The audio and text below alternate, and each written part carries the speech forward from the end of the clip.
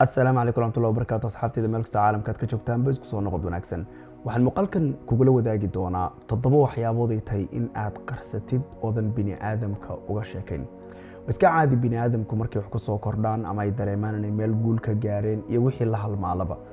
in ay dadka kale uga sii sheekayaan waxaana ay sabab u noqotaa haddii toddobadan aad qarsatid in noloshaadu ay baraare iyo barwaaqo aad ku dhex jirtid aanad guulaysatid haddii aad sheegtid oo dadka kale uga sheekaysatidna boqolkiiba 90 waxay sabab u noqdaan in aad noloshaada guul daraysatid haddaba toddobadan midka ugu horeeya wuxuu yahay sideedaba dadka wax walba looma sheego sida guud ahaaneed wax walbaba lama sheego waxyaabo badan oo waxaa jira aan mudnayn inaad dadka ku tiraahdid ama aad uga sheekaysid ama aad adigu la doonatid waxaa dhacda mararka qaarkood inay ku soo kordhaan saaxiibka baad wacaysaa waad raadinaysaa waxaad leedahay hebelow ii warasaytan fiicanta cabaar sheeka ka bacdi ba waxaad gelaysaa warkii aad xambaarsanayd ee adiga kugu soo kordhay haddaba bini aadamka isbar in aadan sida guud ahaaneedba war kasta iyo wax kasta kugu soo kordho cusub baynaadan ula ordin midda labaad waxay tahay cuqdada kugu jirta dadka kale ha uga sheekayn marmarka qaarkood waa iska caadi bini aadam baynu nahay ilkii carab isugu dhowo isqaniinaan waxaana dhacday marmarka qaarkood qof aad iskhilaaftaan ama qof ay wax idin dhex maraan daris baad noqon kartaan ganacsi baad ku wada jiri kartaan iskuul baad dhigan kartaan qaraabaad noqon kartaan siday doonto ha noqoto marmarka qaarkood waxaa dhacaysa in aad rabtid inaad hadashid oo nafis aad rabtid inaad ku dareentid laakiin marka sida kale loo fiiriyo adigay dhaawac kugu tahay waayo qofkan aad uga sheekaynaysaa wuxuu kuu arkayaa ama kugu astaynayaa calaamadu ku saaraya waxay tahay inaad qof cuqdad low tahay isaga naftiisa aad bashaki ku beeraysaa bari haddaan dagaalno sidan buu samaynayaa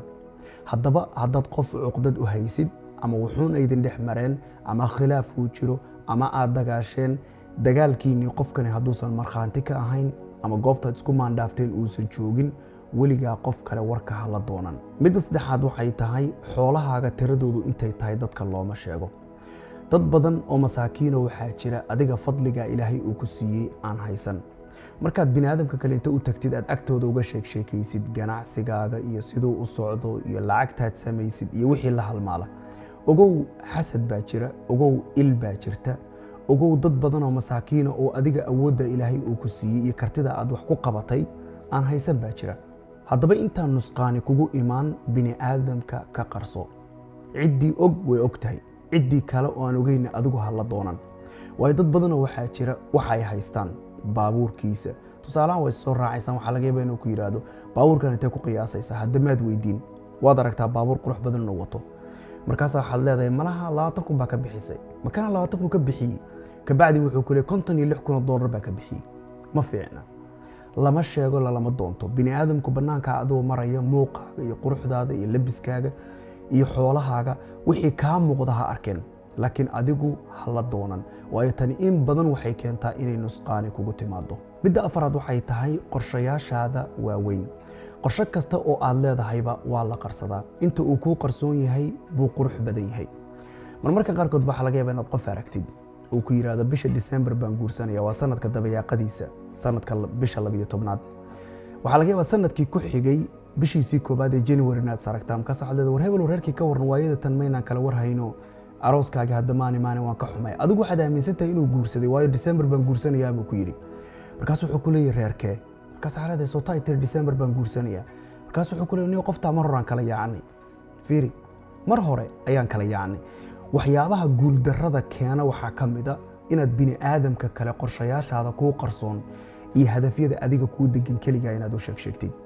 haddaba si aysan ili kuu soo gaarin ama bini aadamka kale xaasidnimadu in badan oo dadka ka mid ay ku jirtaay si aynan dhaawac kuu gaarsiinin oo aysan kaaga kala daadin qorshahaaga qarso marka aad gaartid guusha oo soo ifbaxdo bini aadamku iga arki doonee u ogolow midda shanaad waxay tahay camalkaaga wanaagsan camalka adiga ilaahay idinka dhaxeeya haddaad habeenkii oo dhan tahajjud dukatid haddaad maalintii oo dhan quraan akhridid waxyaabaha camalkee wanaagsan ee ilaahay maalinta qiyaama aad rajo kaga qabtid inuu kaa ajar siin doono ajar wanaagsan in waliba lagaa siin doono oo ilaahay uu janno kugu gelin doono rabbi weji kaga raadinaysid weligaa qof bini aadam ha uga sheekayn haddaad tasbiix badan tahay haddaad quran akhris badan tahay, haddaad salaad badan tahay, haddaad sadaqo badan tahay, qofna looma sheego. qarso waxaad baxsanaysid, waxa aad samaynaysid adigii ilaahay uun hayda ka dhaxeeyeen. wixii bini aadamku ay arkaan waa goonideeda. waxaa la tilmaamaa culimadii hore midkood isagoo quraan akhrisanaya markuu qof guriga u soo galo waxa la oran jiray kitaabka uu markaa akhrisanayo sariirta uu joogo hoosteedu gelin jiray. feeri maaha micnaheedu liidid, laakiin intaa wuxuu la cararayaa camalka inuu qarsado oo bini aadamku aysan u arkin inuu yahay qof ilaahay u dhow oo awliyadii ilaahay. maanta dadku waaba iska jecel yihiinba in la yidhaahdo sheekha waa nin taqwo badan, waa nin sidana in la yidhaahdo. haddaba camalada wanaagsan haddaad qof kaalmaysay, haddaad qof weligaa ixsaan u samaysay, cidduu doona ha noqdo, weligaa ha ka sheekeen qofkaa waxaasaan u qabtay, qofkaa waxaasaan u sameeyey, masaajidkan waxaa ku sadaqaystay, intaasaan baxsaday. camalada adigii ilaahay hayda ka dhaxeeyan noloshaadan adduunyo waa haddaad rabtid inaad raaxo iyo qabow iyo qurux ku noolaatid dhammaystiran. midda lixaad waxay tahay adiga iyo ehelkaaga khilaafaadka iyo dhibaatada idin dhex taal bini aadamka kale ha uga sheekayn. marmarka qaarkood ba waxaa laga yaabaa inaad aragtid nin weyn oo xaaskiisa intuu u tago wuxuu oranayaa aniga aabbahay waa dagaalsannahay, aniga aabbahay islama hadalno, aniga hooyo waan iskhilaafsannahay. ama marmarka qaarkood dhalinta markaan ahayna waan xusuustaa, ilaa haddana dabcan way jirtaa. qof baa kula fadhiya markaasaa waxaad leedahay waniyo aabbaha maa waxaa weydiisatid, markaas wuxuu ku leeyahay waniyo odagaas waa xanaaq badan, waa xayraan iga daa. fiiri waa aabbihii dhalay. gabadhii waxaa laga yaabaa inaad tirahdo hooyaday ifkay bay igu necabtahay, maba la hadli karaba, igaba daa. fiiri adigu khilaafka idin dhex yaalla